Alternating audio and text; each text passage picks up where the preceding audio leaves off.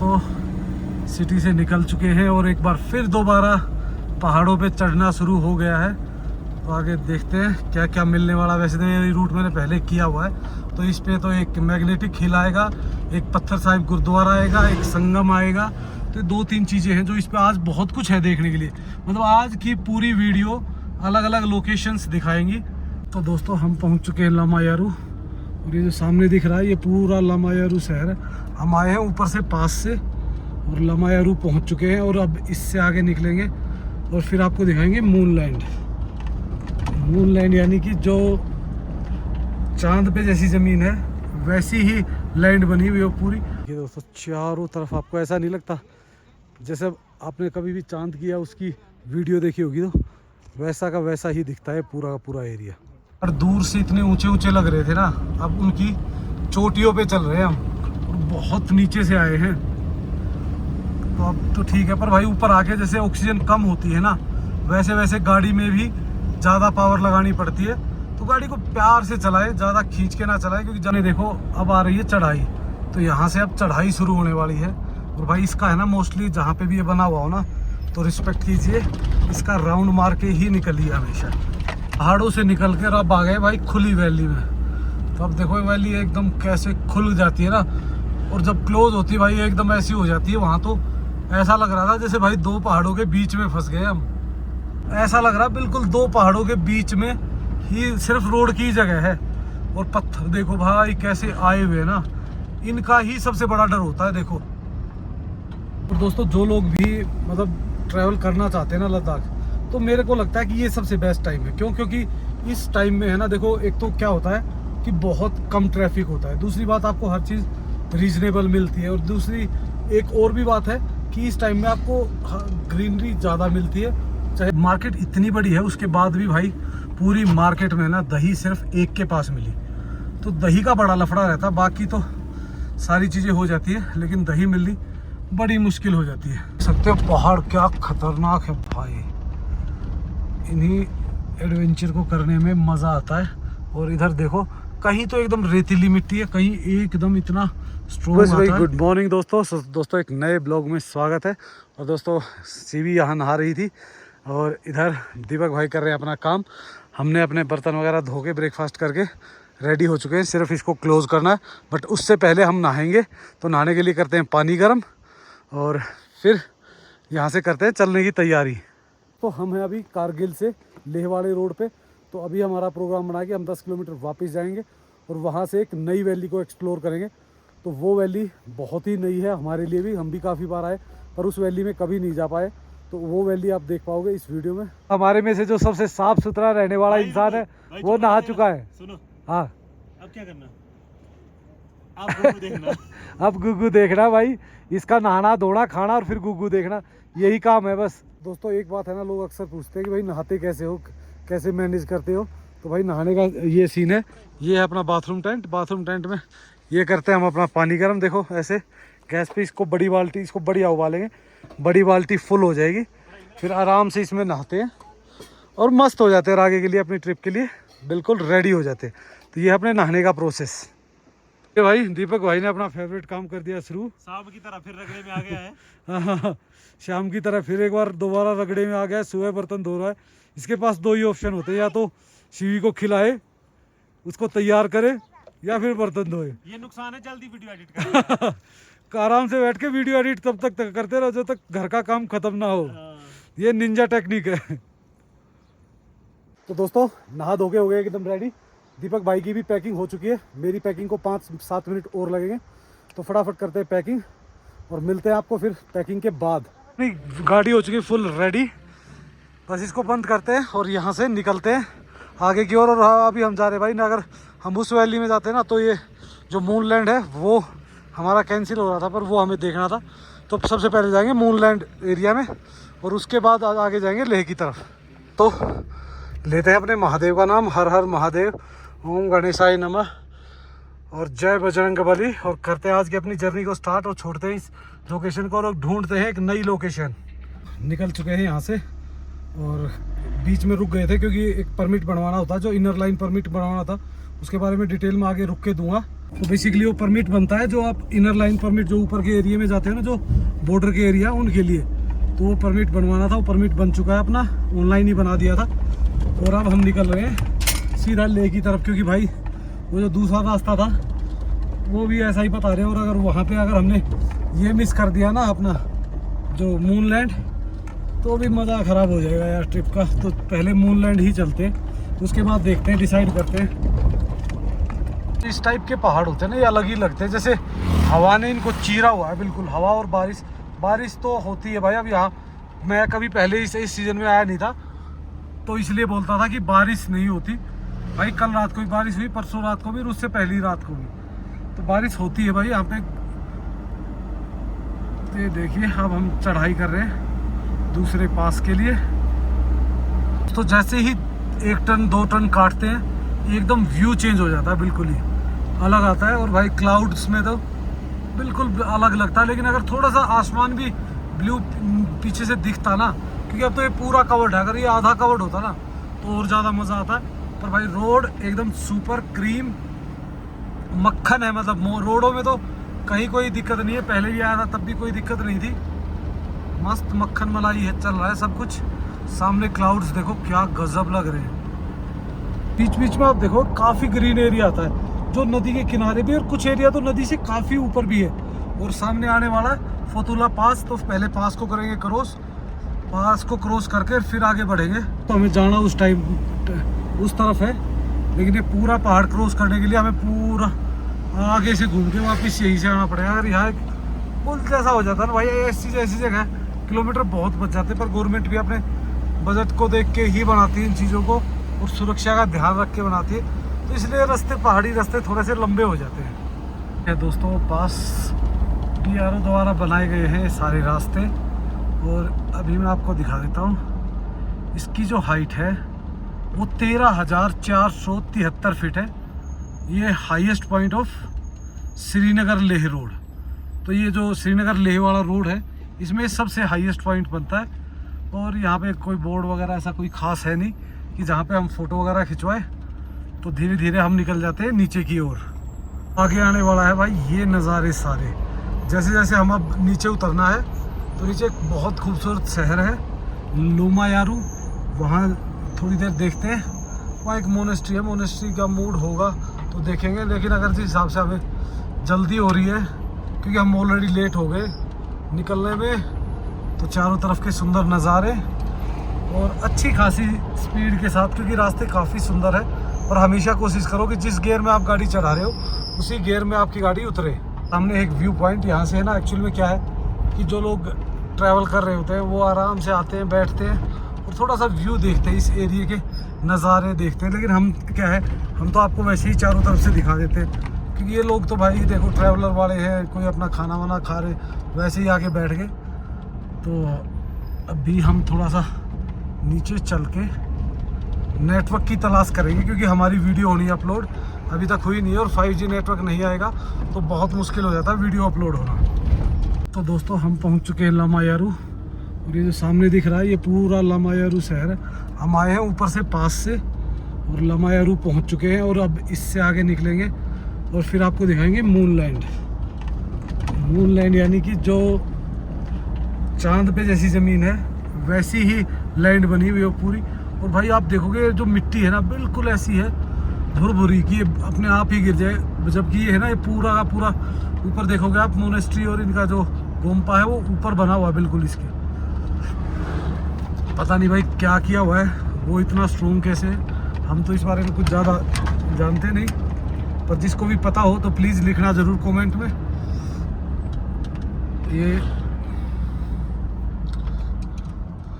इधर से देखिए भाई कैसे बनाया हुआ है, पूरा का पूरा एरिया ही ऐसे बसा हुआ है मिट्टी के पहाड़ों पर। ये तो और भाई पूरी ये देखो सामने पुरानी जो केव्स थी ना वो हैं सारी, तो केव्स वगैरह हैं और काफ़ी लोग जाते हैं भाई यहाँ पे। और इसकी ऊंचाई भी 11,000 समथिंग की, 11,800 कुछ में देखोगे तो ये पूरा का पूरा नया बसा हुआ है। तो जो नया बसा हुआ उसके लोग कलर और डिज़ाइन और ढंग ही बता देते हैं भाई। ये दिख रहा है पूरा नीचे से भी, ये देखिए पूरा का पूरा एरिया ही बुद्धिस्ट का है। तो पूरे मकान घर एक जैसे ही है, होटल हो या कोई भी हो, ये तकरीबन इसी स्टाइल में इसी कलर में यूज़ करते हैं। और इनके जो डिज़ाइन होते हैं ना जैसे घरों के आगे से, वो भी एक जैसे ही। ले रह गया 120 किलोमीटर। इनके जो फ्लैग्स होते हैं ना वो हर जगह ऐसे ही लगाए हुए हैं, दूर दूर तक लगे होते हैं। तो ये पूरा एरिया दिख रहा है ना आपको, ये मूनलैंड की तरह ही है। जहाँ से आप देखोगे ना पूरा पूरा आपको ऐसे लगेगा कि पूरा पूरा मूनलैंड है। जैसे ही हम यार क्रॉस करते ही आपको ना बहुत बेहतर तरीके से दिखता है। हम आपको यहाँ से रोक के भी दिखाते हैं इसको, क्योंकि यहीं पे एक मेन पॉइंट है जहाँ से है ना पूरा का पूरा ये ढंग से दिखता है लामा। ये दोस्तों चारों तरफ आपको ऐसा नहीं लगता जैसे आपने कभी भी चांद किया उसकी वीडियो देखी होगी, तो वैसा का वैसा ही दिखता है पूरा का पूरा एरिया। ये बनाया तो क्या है, अपने आप ही बनाया हवा से और उससे, तो इसी को बोलते हैं मूनलैंड। ये देखिए पहले तो यहाँ पे पार्किंग भी नहीं थी, अब भी नई नई पार्किंग बनाई है। ये एरिया काफ़ी दूर में है, काफ़ी दूर तो नहीं कह सकते, मतलब आप मानिए कम से कम भी एक 1-1.5 किलोमीटर दूर से ही दिखना शुरू हो जाता है, और 1-1.5 किलोमीटर दूर तक दिखना चाहिए। हमने ये देखिए ये बना दिया एक मूनलैंड व्यू पॉइंट, काफ़ी अच्छा रेस्टोरेंट टाइप में है।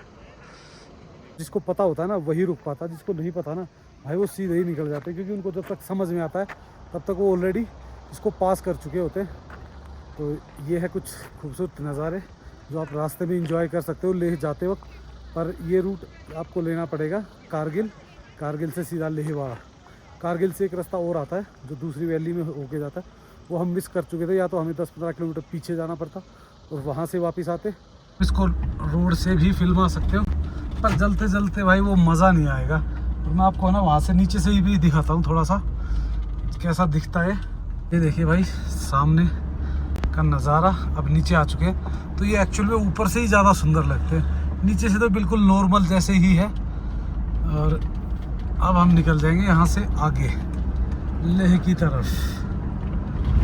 आप इसको ये देखो, ये जगह ही अलग है यार, पता नहीं कैसे बनी होगी। तो भाई जिसको इसके बारे में पता है, कुछ हिस्ट्री पता है तो बताना ज़रूर, लिखना। और अब देखो इससे आगे आप जैसे ही बढ़ोगे तो ये आ जाएगा पूरा ब्लैक स्टोन। ये जो लैंड है बस थोड़े से एरिया में है, और उसके बाद टोटल वही आ जाएगा एरिया। अब ये देखो भाई लोग टी शर्ट उतार के, भाई पत्थर देखिए कैसे फटे हुए हैं ना, कितने बड़े बड़े पीस फटे हुए हैं। पर ये इतनी आसानी से गिरते नहीं है भाई। जब कोई बड़ा ही हादसा होता है, कोई ऐसा अर्थक्वेक टाइप में आता है ना, तभी ये भारी नुकसान करते हैं। और अब भाई ऐसे ही गलियारों से गुजरना है हमें काफ़ी देर तक, क्योंकि ये काफ़ी लंबा होने वाला है एरिया। और ये रास्ता भी इतना ज़्यादा बड़ा नहीं है। और देखो रोड पे देखो कैसे पत्थर आते हैं, तो ये पत्थर भाई कहीं भी गिर सकते हैं, कभी भी गिर सकते हैं। तो थोड़ा सा ऐसे एरिया में भाई कम रुकने की कोशिश करें। खलास्ती है 15 किलोमीटर, तो 15 किलोमीटर आगे ही अब दोबारा नेटवर्क आएगा। नेटवर्क हमारे बीच में उठ जाता है, और ऑलमोस्ट हर जगह 4G ही है, 5G बहुत कम जगह मिलता है। तो हमें तो नेटवर्क भी हमारी ज़िंदगी में एक बहुत अहम किरदार निभाता है, क्योंकि देखो अगर 5G नहीं मिलता ना तो हमारी 10-10, 12-12 GB की फाइलें होती हैं, तो अपलोड होना एक आफत हो जाती है। और उसके बाद भी क्या होता है कि कभी भाई नेटवर्क कहीं स्ट्रॉन्ग आ रहे हैं 4G के, कहीं 3G आ रहा है, 2G आ रहा है, तो वो दिक्कतें आती हैं। तो इसलिए हम हमेशा कोशिश करते हैं कि हमारा नाइट स्टे ऐसी जगह हो, ऐसा होल्ड हो कि वहाँ पे या तो वाईफाई हो, वाईफाई नहीं भी है। वैसे तो देखो हम होटल में रुकते ही नहीं है, हम हर जगह कैंपिंग ही करते हैं। फिर भी अगर कुछ होता है ना तो हम इस बात को मानते हैं कि यार चलो कोई बात नहीं, नेटवर्क स्ट्रॉन्ग होना चाहिए। हम अगर थोड़ा सा परेशान भी हो रहे हैं तो चलेगा। सकते हो पहाड़ क्या खतरनाक है भाई, इन्हीं एडवेंचर को करने में मज़ा आता है। और इधर देखो कहीं तो एकदम रेतीली मिट्टी है, कहीं एकदम इतना स्ट्रॉन्ग आता है। और ये देखिए पूरा एरिया ही ऐसा है। पर ये पहाड़ कुछ ज़्यादा ही वैसे है, देखो ना कैसे फिसले हुए हैं, जैसे ऊपर से कंक्रीट फिसलता है ना, वैसे बीच में से बना हुआ। हल्की सी बारिश होते ही इसमें से आती है, फिर रेती और रोड को ब्लॉक कर देती है। उतरकर अब आ चुके हैं हम रिवर साइड पे, तो अब रिवर साइड से ही चलेंगे। और भाई ये रोड तो ऐसा लग रहा है बिल्कुल नया बनाया हुआ है, तो अब आगे आगे देखोगे आप बहुत सारे गुम्पाज और इस टाइप के टेम्पल्स जो है बुद्धिस्ट टेम्पल वो बहुत सारे। और भाई रास्ता तो देखो एक बार, क्या गजब बना दिया। पहले क्या था, जैसे ऊपर था ना बीच बीच में से टूटा हुआ था वैसा था, पर अब तो एकदम A1 बना रखा है। ये देखो भाई तो रास्ते में ही रुक के खड़ा हो गया बिल्कुल। तो अब हम भी आगे चलते हैं और अब देखना भाई आगे आगे जो पहाड़ों की कटिंग के नीचे से जाना पड़ता है ना,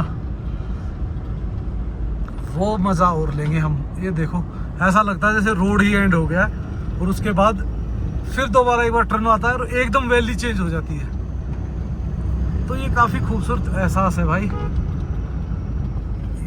देखो इधर से पूरे का पूरा ऐसा लग रहा है बिल्कुल दो पहाड़ों के बीच में ही सिर्फ रोड की जगह है। और पत्थर देखो भाई कैसे आए हुए ना, इनका ही सबसे बड़ा डर होता है। देखो बाइक, ओ तेरी की एरिया तो भाई ये पूरा ही ऐसा खतरनाक है। ग्रुप्स चले हुए हैं बाइकों के तकरीबन, और ये पीछे बाइकर की स्पोर्ट बाइक वो थी कार। और रास्ते देखो, ये रास्ते भाई पहले जब टूटे हुए होंगे ना तो बिल्कुल जानलेवा ही रहते होंगे। क्यों? क्योंकि भाई बहुत धीरे धीरे चलना पड़ता होगा और बहुत लंबा टाइम लगता होगा। क्योंकि अब तो देखो इतना टाइम नहीं लगता, पिछले 2-3-4 सालों से तो रोड काफ़ी बेहतर हो गया। और चट्टान देखो कैसे फट गई है ना भाई बीच में से, और कभी भी रोड पे गिर सकती है। तरीके की रोड की जो कटिंग होती है ना, जो ऊपर पहाड़ देखो कैसे काटा हुआ, तो ये काफ़ी मतलब आप मानो कि जैसे हम स्पीति जाते हैं तब काफ़ी मिलते हैं, और उसके बाद पांगी वैली में काफ़ी जगह है। तो कई जगह है ऐसी, एक दो जगह मनाली वाले रूट पे है। और अब आगे आगे थोड़ी सी चलेंगे ना तो वैली खुलेगी। तो ले रह गया 109 और मनाली रह गया 597 किलोमीटर। तो काफ़ी लंबा सफ़र होने वाला है अपना। अभी तो कई दिन लगेंगे घूम फिर के ऊपर पहुंचने में। पहाड़ों से निकल कर अब आ गए भाई खुली वैली में। तो अब देखो वैली एकदम कैसे खुल जाती है ना, और जब क्लोज होती है भाई एकदम ऐसी हो जाती है। वहाँ तो ऐसा लग रहा था जैसे भाई दो पहाड़ों के बीच में फंस गए हम। और दोस्तों जो लोग भी मतलब ट्रैवल करना चाहते हैं ना लद्दाख, तो मेरे को लगता है कि ये सबसे बेस्ट टाइम है। क्यों? क्योंकि इस टाइम में है ना, देखो एक तो क्या होता है कि बहुत कम ट्रैफिक होता है, दूसरी बात आपको हर चीज़ रीजनेबल मिलती है, और दूसरी एक और भी बात है कि इस टाइम में आपको ग्रीनरी ज़्यादा मिलती है। चाहे आप किसी भी रूट से आओगे, नॉर्मल से ज़्यादा ग्रीनरी मिलती है, और इतनी ज़्यादा ठंड नहीं होती। क्योंकि भाई जब मैंने देखो दोनों सीज़न में किया, जैसे एक तो खुलते ही किया था मैंने, उस टाइम तो भाई ऐसा बुरा हाल हो गया था, ठंड ने बिल्कुल मार दिया था। लेकिन अब बिल्कुल कम्फर्ट है। अभी तक तो मतलब कहीं ऐसी कोई दिक्कत भी नहीं आई कि भाई बहुत हैवी ठंड लग रही हो। तो जी देखो सबके अपने अपने टाइमिंग के हिसाब से प्लानिंग होती है, पर बाकी ये अपना सजेशन है कि इस टाइम करते हो तो बेहतर रहेगा। पे हो रही थी अपनी एंट्री, तो एंट्री करा दी मैंने, दीपक भाई अभी पीछे करा रहे हैं। एंट्री करा के अब हम निकल चुके हैं आगे, और ले रह गए यहाँ से 97 किलोमीटर। तो ये देखो बाइक वाले भी काफ़ी लाइन में है, तो ये भी अपनी एंट्रियाँ कराएंगे और फिर आगे निकलेंगे। काफ़ी खूबसूरत नज़ारे हैं भाई, चेंज होते रहते हैं ना तो अच्छे लगते। तो हम है खलासी में अपना 5G नेटवर्क आ गया था, तो हम रुक गए थे वीडियो अपलोड करने के लिए। दीपक भाई थोड़ा सा आगे निकल गए, तो वो भी आ जाएंगे थोड़ी सी देर में, मिल जाएंगे कहीं ना कहीं। देखो मिल ही जाते हैं, 5-10 किलोमीटर आगे पीछे भी चलते हो तो कोई फ़र्क नहीं पड़ता आपका। ब्रेड और दही रह गई थी तो वो भी ले ली अब फ्रेश, क्योंकि दही बहुत कम मिलती है भाई यहाँ पे, बड़ी दिक्कत होती है। तो ये ले ली है और अब यहाँ से निकल रहे। खलासी के बाज़ार में ही थे। मार्केट इतनी बड़ी है, उसके बाद भी भाई पूरी मार्केट में ना दही सिर्फ एक के पास मिली।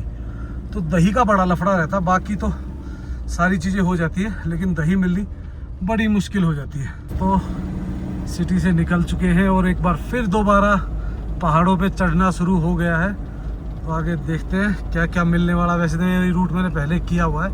तो इस पे तो एक मैग्नेटिक हिल आएगा, एक पत्थर साहिब गुरुद्वारा आएगा, एक संगम आएगा। तो 2-3 चीज़ें हैं जो इस पे आज बहुत कुछ है देखने के लिए। मतलब आज की पूरी वीडियो अलग अलग लोकेशंस दिखाएंगी, और जो आपकी कारगिल से लेह के बीच की है। तो चलते रहते हैं और आपको दिखाते रहते हैं कुछ सुंदर सुंदर नज़ारे। पर उसके लिए भाई आप भी लाइक एंड सब्सक्राइब कर दीजिए, शेयर कर दीजिए यार। आपके लिए मेहनत करते हैं, अपने लिए भी करते हैं, YouTube के लिए भी करते हैं। तो भाई थोड़ा लाइक एंड सब्सक्राइब कर दियो और शेयर कर दियो वीडियो को। वो ही टर्न के बाद पूरा नज़ारा बदल गया और अब देखिए हम आ गए रिवर साइड पे, और रिवर कितनी मतलब बड़ी दिख रही है ना आपको। काफ़ी खूबसूरत नज़ारों में गुजर रहे हैं आज पूरा दिन। आज तबीयत भी ठीक है, थोड़ा सा देखो थकान है, थोड़ी सी कमजोरी होती है, तो वो हो जाती है 1-2 दिन में रिकवर, कोई ऐसा बड़ा इशू नहीं होता। वाले नुरला और पहाड़ों के रंग बदलते जा रहे हैं जैसे जैसे लेह की तरफ बढ़ रहे हैं हम। और भाई जैसे ही हम इसको क्रॉस करेंगे ना, उसके बाद एकदम जो वैली खुली आएगी ना, लेह से घुसने से पहले दूर दूर तक आपको कई किलोमीटर तक खुला रोड, एकदम दोनों तरफ प्लेन एरिया, तो वो एक अलग ही एहसास है भाई, वो आप ले पाओगे थोड़ी देर बाद में। तो ऐसा प्लेन एरिया आता है, गाड़ी की स्पीड होती है 80-90, और भाई फिर जब टर्न स्टार्ट हो जाते हैं तब फिर वो स्पीड घटकर 40-50, 30-40-50 ऐसे रह जाती है। तो हर चीज़ डिपेंड करती है भाई एरिया के वाइज। यहाँ देखो अब जैसे अब आ गया, फिर से टर्न्स आ गए, तो अब टर्न आने के बाद तो स्पीड वैसे ही कम हो जाएगी ऑटोमेटिकली। चले हुए भाई म्यूज़िक और आराम से सफ़र कट रहा है। फिलहाल अकेली गाड़ी है, गाड़ी हमारी आगे निकल चुकी है, तो वो भी कहीं ना कहीं आगे मिल जाएगी हमें। तो काफ़ी मज़ा आ रहा है, बढ़िया पहाड़ नज़ारे और आराम से चल रहे गाने, तो गानों का लेते हुए मज़ा। कैसा है ये सफ़र। नदी की चौड़ाई देखिए यहाँ पे, और बहाव देखिए क्या स्पीड से चल रहा है ना। मैं आपको इतना ज़्यादा दिखा तो नहीं सकता क्योंकि हम भी थोड़ा स्पीड में ही चल रहे हैं, पर बहुत चौड़ी है भाई रिवर यहाँ पे ना, काफ़ी बड़ी बन जाती है। तो आपको संगम भी दिखाएंगे, तो यहाँ से आपको दिख पाएगी प्रॉपर। काफ़ी बहाव और काफ़ी बड़ी है, और अभी ले रह गया है 74 और उपसी रह गया 124 किलोमीटर। ये देखिए भाई रोड पे भरा हुआ था पानी, और अब ये पूरा एरिया अप डाउन आएगा, और फिर धीरे धीरे चढ़ना शुरू करेगा, और फिर आएगी हाइट। हम पहुंचने वाले हैं संगम पे बहुत ही जल्दी, क्योंकि मेरे ख्याल से शायद एक आध गांव ही और बचा होगा, और फिर पहुंच जाएंगे हम संगम पे। तो ये देखिए एरिया काफ़ी सुंदर है, जितना बाहर का एरिया मिलेगा आपको ड्राई मिलेगा, और जैसे ही कोई गांव वगैरह या कुछ भी सिटी आती है तो एकदम ग्रीन हो जाता है वो पूरा एरिया। ये ससपोल विलेज में, और ससपोल को क्रॉस कर रहे हैं धीरे धीरे, और गाँव बड़ा ही प्यारा है, दोनों तरफ बढ़िया पेड़, साथ में एक पुल बह रही है पानी की, तो बहुत ही सुंदर लग रहा है। क्योंकि जब ड्राई में चलते हो काफ़ी देर और ग्रीनरी आती है ना, तो काफ़ी अलग सा फील कराती है भाई। आपने देखो अब आ रही है चढ़ाई, तो यहाँ से अब चढ़ाई शुरू होने वाली है। और भाई इसका है ना मोस्टली जहाँ पे भी ये बना हुआ हो ना, तो रिस्पेक्ट कीजिए, इसका राउंड मार के ही निकलिए हमेशा। कोई बात नहीं, 1 मिनट ज़्यादा भी लगेगी तो कोई बात नहीं है, पर पूरा राउंड मार के ही निकलिए। ये देखिए काफ़ी सारे बने हुए हैं यहाँ तो, और अब यहाँ से चढ़ाई होती है शुरू। अब चलना है हाइट पे ही। सुंदर और ख़तरनाक घाटियों से होते हुए हम आगे लेह की तरफ बढ़ रहे हैं, और लेह अभी 50 किलोमीटर के आसपास रह गया है, तो बहुत ही जल्दी लेह पहुँच जाएंगे हम। निम्बो, और निम्बो यहाँ से है लगभग 16-17 किलोमीटर। अब नज़ारे देखिए आप, अलग अलग तरह के पहाड़ आ रहे हैं भाई, और जैसे भी है शानदार लगते हैं भाई। जब यहाँ से ट्रैवल करते हो ना, तब तो एक अलग ही वो आता है फील, क्योंकि देखो जब आप वीडियो में देखते हो ना तो वो चीज़ें अलग दिखती है, लेकिन जब आप एक्चुअल फील करते हो ना तो अलग ही मज़ा आता है इसका। यहाँ ट्रैवल करने का अपना ही एक अलग एक्सपीरियंस, एडवेंचर और मज़ा है। और दूर से इतने ऊंचे ऊंचे लग रहे थे ना, अब उनकी चोटियों पे चल रहे हैं हम, और बहुत नीचे से आए हैं, तो अब तो ठीक है। पर भाई ऊपर आके जैसे ऑक्सीजन कम होती है ना, वैसे वैसे गाड़ी में भी ज़्यादा पावर लगानी पड़ती है। तो गाड़ी को प्यार से चलाए, ज़्यादा खींच के ना चलाए, क्योंकि ज़्यादा खींच के चलाओगे तो गाड़ी गर्म हो सकती है। और बहुत सारी मैंने ऐसे देखा है कि गर्म हो गए, जिन लोगों को पता नहीं है, गाड़ियाँ गर्म करके और एकदम अपना क्या बोलते हैं रेडिएटर फटता है या कूलेंट लीक हो जाता कहीं ना कहीं से। तो दोस्तों लेह का सफ़र जारी है भाई। अभी लंच किया नहीं है क्योंकि आज हम भी थोड़ा सा, एक तो लेट, सुबह 11 साढ़े 11 बजे तो ब्रेकफास्ट ही हुआ है हमारा, तो काफ़ी लेट हो गया था, तो उस कारण फिर अभी भूख ऐसी लगी नहीं है। पर फिर भी रुक के देखते हैं, कहीं ना कहीं थोड़ा बहुत कुछ बनाएंगे तो अगर हुआ तो, अगर नहीं बनाएंगे तो फिर भाई अपने देखते हैं, सीधा डिनर ही करेंगे, कुछ चाय वाय रास्ते में ले लेंगे। चढ़ने के बाद दोस्तों क्या रोड आया है, एकदम शानदार। देखो आप कैसे अप डाउन्स है, पर रोड देखो आप दूर तक दिख रहा है, बिल्कुल क्लीन बढ़िया। और देखो दोनों ही साइड में ये पहाड़ की चोटी है, इस पहाड़ की चोटी पे देखो यार कैसे रोड बने होंगे, कैसे क्या हुआ होगा पता नहीं भाई। जिसने भी किया एकदम मस्त बनाया हुआ है, मक्खन बिल्कुल। ये तो BRO ने बनाया है, पर पहले जब कटिंग हुई होगी पता नहीं किसने की होगी, कौन यहाँ पे आया होगा, उन्होंने रोड पे ही टेंट लगा दिए। लोग भी महान हैं। ये देखो भाई, मेरे ख्याल से कुछ गाड़ी में खराबी आ गई इसलिए टेंट लगाया। और ये देखो भाई, यहाँ पे कोई आबादी नहीं है, फिर भी टावर लगा रखा है। काफ़ी मज़ेदार है ये रोड, और लोग काफ़ी रुक रुक के फ़ोटो खिंचा रहे हैं यहाँ से। अब ये रोड चल पड़ा है नीचे की ओर, तो अब निम्मू आएगा, निम्बू दिखाते हैं आपको। निम्मू देखिए भाई, लोग भागम भाग, ऐसी जगह पे भी लोग इतनी भागम भाग कैसे निकल ले जाते हैं यार। मज़ा लो इस जगह का, फील लो, क्योंकि जो मज़ा रास्ते का है ना भाई, वो मंजिल का नहीं है। वहाँ तो लेह पहुँचोगे, जाके होटल में घुस जाओगे, माल रोड घूमोगे बस। लेकिन जो रास्ते और जो नज़ारे का मज़ा रास्ते का है ना, वो अद्भुत है भाई। दोस्तों यहाँ से निम्मू दिखा रहा 12 किलोमीटर, लेकिन अगर आप सामने देखोगे तो ये है निम्मू। बट ये घूम फिर के ऐसे आड़ा तिरछा होके कई जगह से निकलेगा, तो 12 किलोमीटर हो ही जाते हैं इसके। ऐसी ढलान आई है, ऐसी क्विक, बिल्कुल कटाकट टर्न सी टर्न है इसमें।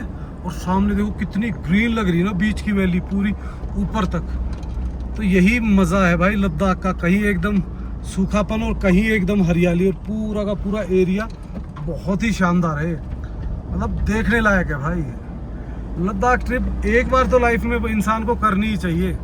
एक्सपेक्ट भी नहीं होता कि यार ऐसे एकदम सूखे एरिया में इतनी ग्रीन, मतलब पूरी की पूरी बेल्ट ही आती है, पूरा हरियाली हरियाली चारों तरफ। तो यही है भाई, जहाँ जहाँ पर भी मतलब लोग रह रहे हैं ना, वहाँ पे पेड़ लगाए हुए हैं बहुत ज़्यादा, तो उसके कारण बहुत ज़्यादा हरियाली मिलती है हमें हर जगह है ना। काफ़ी दूर से चले आ रहे हैं पीछे से ही, और ये काफ़ी बड़े एरिया में बना रखे हैं, तो कुछ ना कुछ तो ये खास है यहाँ पे। देखो ज़्यादा तो हम भी नॉलेज नहीं ले पाते, क्योंकि ट्रैवलिंग बहुत ज़्यादा होती है, तो रुक के पढ़ने का या फिर रास्ते में रुक के इनको देखने का ज़्यादा टाइम तो नहीं लगता। पर आप देखोगे कितनी दूर में है ना ये, वो लास्ट तक यहाँ तक है। और ये देखो भाई, घर यहाँ पे बिल्कुल ओल्ड स्टाइल में पुराने हैं, तो और पहाड़ भी अलग ही तरीके के भाई। ऊपर आप अगर एक नज़र मारोगे ना, देखो आप पहाड़ किस टाइप के, पूरे एकदम लाल कलर के पहाड़ हैं। हम पहुंच चुके हैं निम्मू, पर निम्मू में भाई पूरा मिलिट्री एरिया था पीछे, तो इसलिए हमने निम्मू को दिखाया नहीं। पर सुंदर बहुत था, पर वो पूरी मिलिट्री का वो था, तो इस कारण हमने उनको दिखाया नहीं।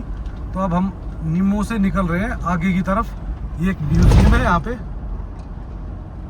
तो दोस्तों हम पहुँच चुके हैं निम्मू को बाज़ार को क्रॉस कर रहे थे, क्योंकि हम वीडियो बना रहे थे, तो हमने ध्यान किया नहीं। तो गाड़ी अपनी खड़ी हुई थी यहाँ राइट साइड में, तो शुक्र है इन्होंने ऑन टाइम फ़ोन कर लिया। अगर 5 मिनट भी लेट करते तो ये काफ़ी दूर निकल चुका था। शिवी, वही शिवी क्या खाएगा है?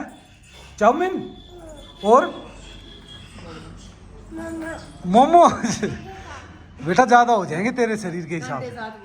कांटे के साथ खाएगा? भूख लगी है, चलो देखते हैं क्या मिलेगा, वही खाएंगे फिर। अच्छी भी आ गई, सीधा ही भूख लगी हुई थी इसको। ये तो सीधी अपनी उस पे आ गई, उस पे टेबल पे। ये देखो, और भाई क्या भूख लगी थी इसको। क्या क्या खाया शिवी तूने? चाउमीन और मोमोज कहाँ है तेरे? देखो पापू, वो बापू खा गया सारे मोमोज।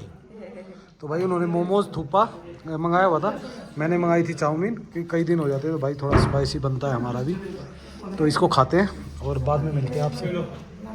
भाई है ना, खाना वैसे तो नॉर्मल लग रहा था, पर जब खाया बड़ा टेस्टी लगा, मज़ा आ गया काफ़ी दिन बाद। कैसे क्या बोलता है, देखिए कैसे सर्राटे मार रहा है भाई। इतने सारे थे यहाँ, मुझे सिफ्टी दिखा, मैंने कहा चलो। आंखों में पानी आ गया इसके, ये इतना खुश हो चुका है बहुत ही। और शिवी कैसा लगा खाना? यम्मी है भाई। शिवी मेरी तरह है, पेट भरना चाहिए, बाकी सब यम्मी है ना शिवी? और ये लोग है ना आज झूठ बोल के ऐसे ही गोली दे के मतलब निकल गए कि भाई हम दोपहर को बनाएंगे पुलाव और पुलाव खाएंगे। किसने कहा पुलाव बनाएंगे? बिल्कुल कहा था। किसने? मैंने कहा था। तुमने बनाना था, नहीं तुमने कहा कि मैं हम आपने पुलाव, कहा मेरा हम बनाए। तुमने कहा था कि हम 11:30 बजे ब्रेकफास्ट किया भाई। हाँ, तो- 1:30 वहीं बज गए थे, हम 1 बज गए थे वहीं। 1:30 बजे निकले हम ग्राउंड से। ठीक है चलो। पानी डालो इसमें। दोस्तों खाना हो चुका है, अब यहाँ से हो रही है निकलने की तैयारी। तो दोस्तों इस वीडियो को छोड़ते हैं यहीं तक और आपको मिलते हैं कल एक नई वीडियो में।